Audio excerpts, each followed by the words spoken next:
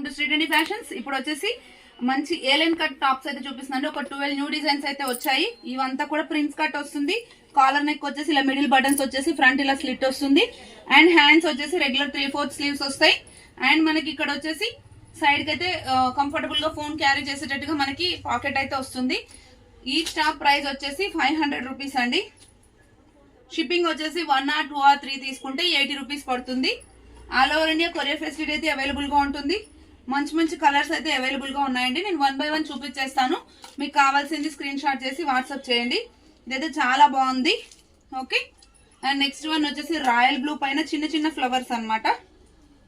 Okay. And next one వచ్చేసి brown colour,